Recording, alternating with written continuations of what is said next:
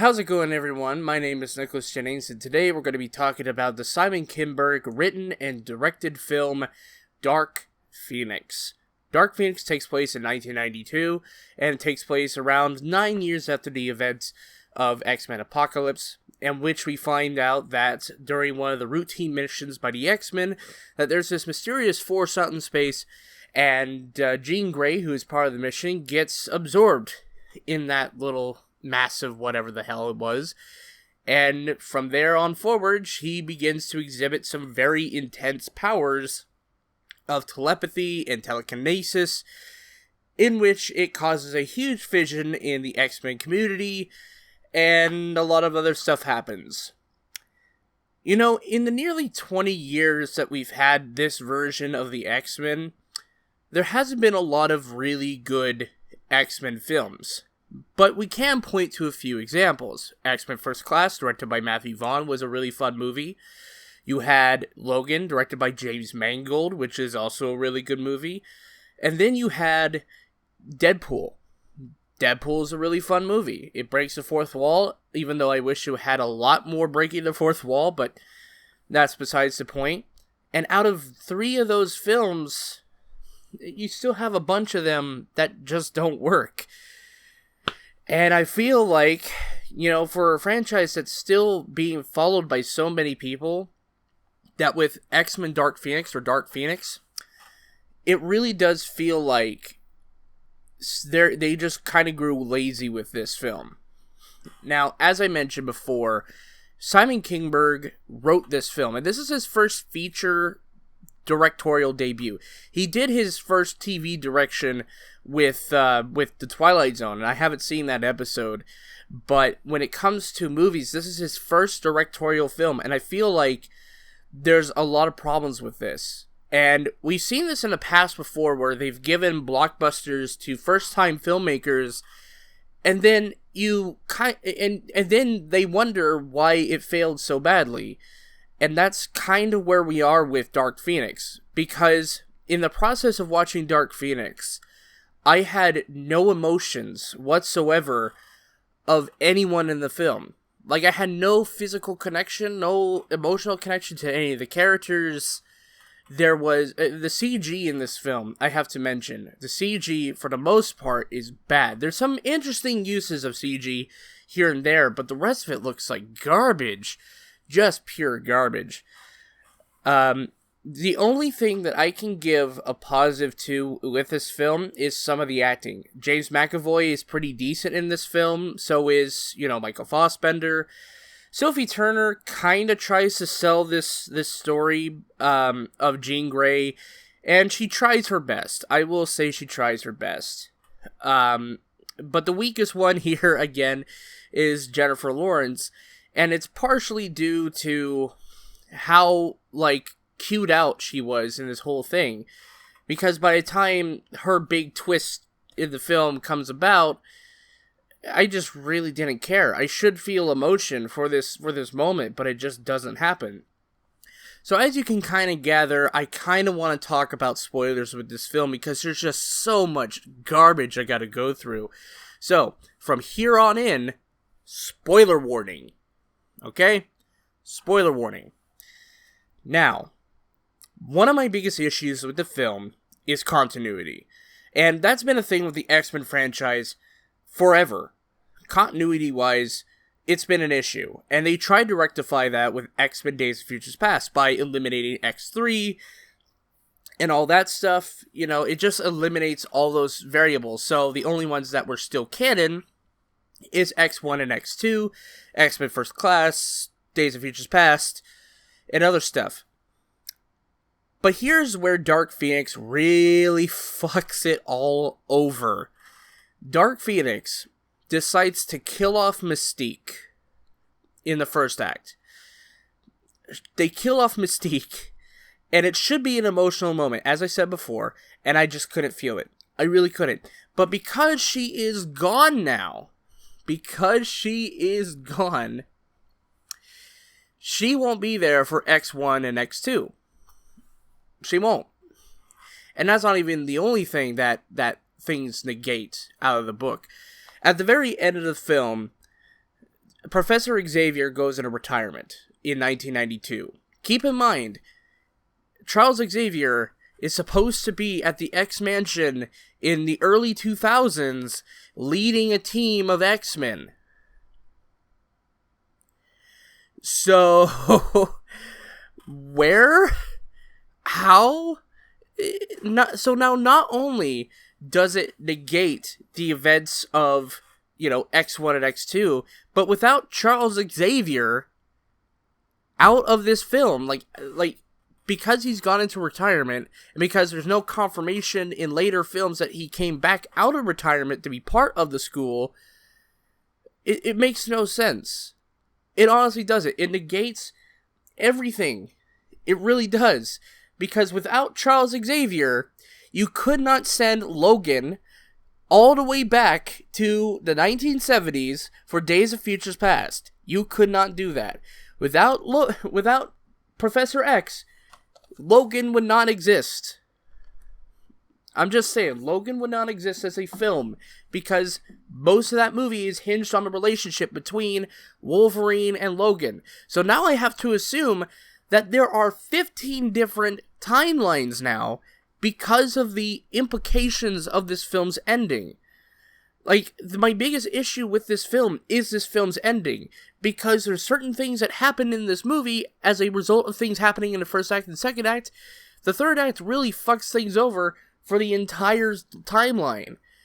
And it just feels like, with this film, and because Fox knew that they were being bought up by Disney so that the X-Men would go back to Marvel, it really felt like that kid who doesn't really know what's going on with the student project and said, you know what, fuck it, I'll just do whatever, and we'll see how it goes. So I'm just gonna wing it. And by winging it, he avoids research, he avoids, looking at the timeline realistically, and it just pisses me off. It really does. And it just makes it a whole mess. This whole thing, the X-Men timeline, because of Dark Phoenix, has become a new mess. Because prior to that, the only things we had to really pay attention to are First Class, Days of Futures Past, Apocalypse, X1, X2. Because X-Men 3 was erased from the timeline, meaning Jean Grey is in the future. She's alive. But that's another thing they screw up with this film. Jean Grey dies. Jean Grey dies in 1992. So she won't be around in the future for any of the other X-Men films. So not only is Professor X excluded now from X1 and X2, but Jean Grey is also gone from X1 and X2, meaning everything of the first trilogy is negated. It's gone. It is in its own separate timeline now. And it's baffling how this film just completely, burns all of its bridges and burns it all to the ground like a phoenix. Maybe that's the metaphor here. Fox wanted to really destroy the X-Men franchise. Well, here, have a Dark Phoenix, and it'll just burn it all for you. That is probably the mindset that Fox had at the time. And now the timeline doesn't even make fucking sense. All of it just doesn't make sense. And even with, Deadpool 2, him going back and, shooting himself in the head, in an alternate timeline, apparently, X-Men Origins Wolverine is gone from the timeline too. So what is really canon now? I have no idea what is supposed to be canon and what is not supposed to be canon, because it's just really baffling me. And another thing too that adds to this continuity issue that I have is the fact that with this new trilogy, with this new set of films from First Class to Dark Phoenix, none of the characters age. Like, for example, you have First Class, which takes place in the 1960s, and then the 1970s is when Days of Futures Past is, the 1980s is when Apocalypse is, and 1990s is when Dark Phoenix is. None of the characters in that franchise have aged. None of them. In 40 fucking years, they have not aged at all. That is one of my other issues, is that when it comes to the production of all four of these films in this new rebooted franchise, None of the characters age. And what this new trilogy, this new set of films was supposed to be, promised to us is kind of a prequel of sorts of how all the things kind of led up to the first X-Men. But because of the results of not only this new set of films, but also the repercussions of Dark Phoenix, this trilogy right here is gone. It's done. Okay, let's get into some of the other aspects, because I think I've nailed the continuity aspect. So not only is there a conflict of interest when it comes to Jean Grey's Dark Phoenix character, right? Not only is there that, but they also added aliens, which I understand. The Dark Phoenix saga has cosmic elements, and they wanted to bring some of the cosmic elements to Earth. But here's the problem with that. The aliens, there's several problems with this, but the aliens in this film are like Skrulls. So no wonder why they tried to reshoot the ending, because apparently it might have been way too close to the sun to some other Marvel film like Captain Marvel. And the fact that they would be willing to blatantly rip off the Skrulls is just a testament to how stupid they are with how they do this film. And then we get into the performances of some of the other characters. Jessica Chastain plays one of the aliens, and I realize that, the aliens might have had a larger role, but the biggest issue I have with it is that she's so wooden. And I think that's a problem with the direction from Simon Kinberg, because he's a first-time director, and I realize first-time directors are always the most timid. But if you're going to do a film like this, there should be a little bit more, playing back and forth, right? Jessica Chastain's character wants this Phoenix Force, but she needs to come across as vaguely human, right? But throughout the entire film, she's just wandering around looking for something, looking for a script.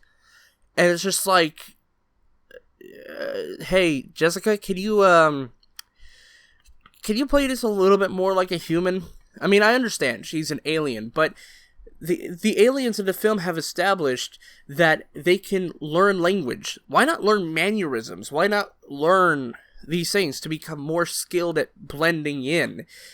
It just doesn't make sense. But throughout all this, there are hints of things that could have been really good. Like, the first opening scene, the first act of this film is actually probably the best part of this whole film, because it not only establishes the theme of the film, which is to use your power for either good or evil, right? And they have this really nice scene between Professor X and a young Jean Grey in the 1970s, but it also, this first act just goes by without a hitch. There's not a single thing that happens in that first act that I could really complain about, because there's nothing really terrible about it. It's just when we get into the Dark Phoenix aspect, it starts falling apart. And that's where the problems lie with this film, is the Dark Phoenix stuff.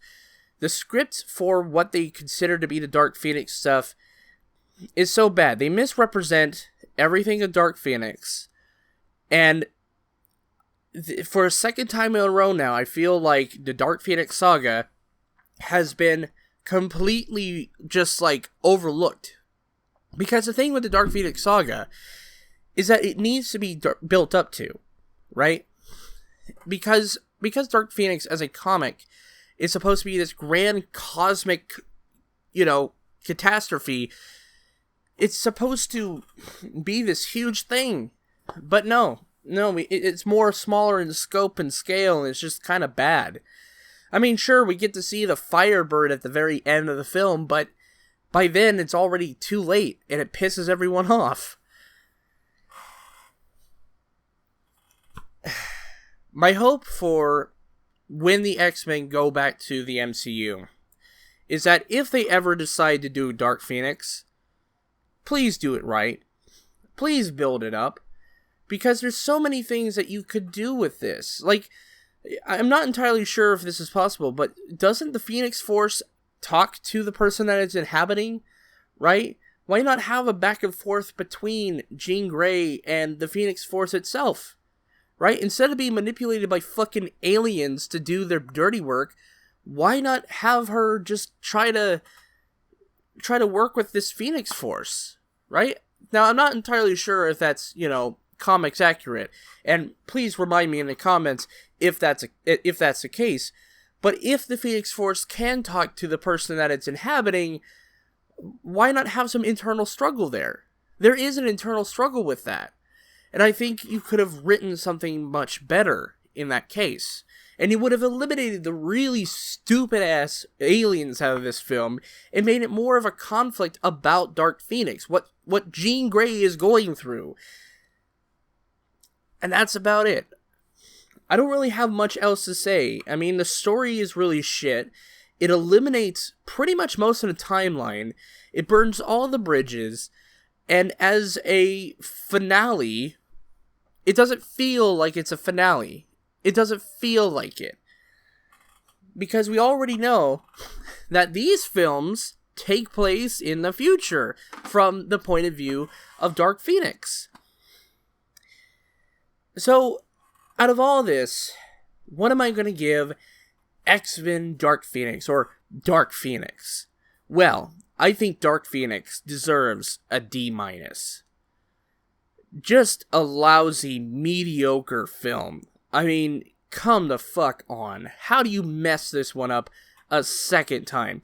Hopefully, when the Marvel Cinematic Universe has it, I hope they do it justice, because this is a really good story. The Dark Phoenix story is a good story, but they've managed to fuck it up twice at Fox, so who knows, maybe we'll get a better version from Kevin Feige.